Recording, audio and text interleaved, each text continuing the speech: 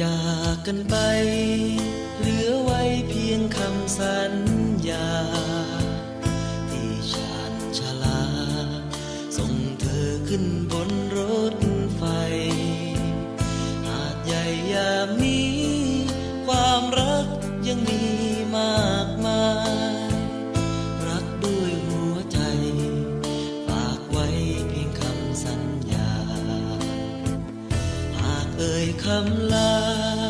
น้ำตาฉันคงต้องหลั่งเรื่องราวความหลังจดจำทุกลมหายใจแต่ในวันนี้ความรักที่มาจากไปสิ้นเสียงรถไฟฝากไว้เพียงรอยน้ำตา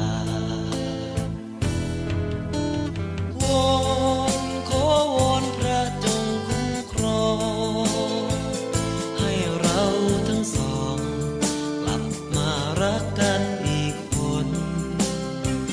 ตราบจนอาทิตย์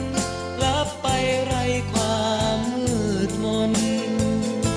ให้ฝนพรางพรมหลั่งมาฉโลมดวงใจเธอโบกมือลาแก้วตาเธออย่าร้องไห้ไม่เปลี่ยนแปลไปหากใจเรายังมั่นคงสบตาอีกครั้งฝากรักแทนความห่วงใยแววเสียงรถไฟหวั่นใจรักไม่กลับมา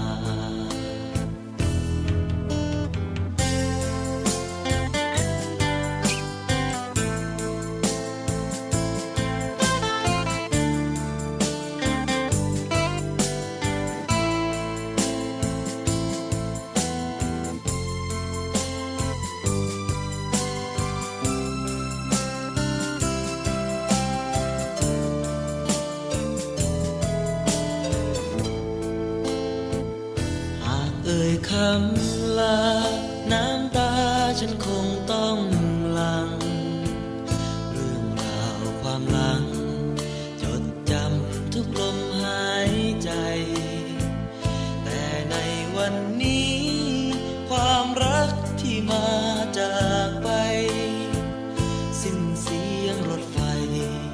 ฝากไว้เพียงรอยน้ำตาวอ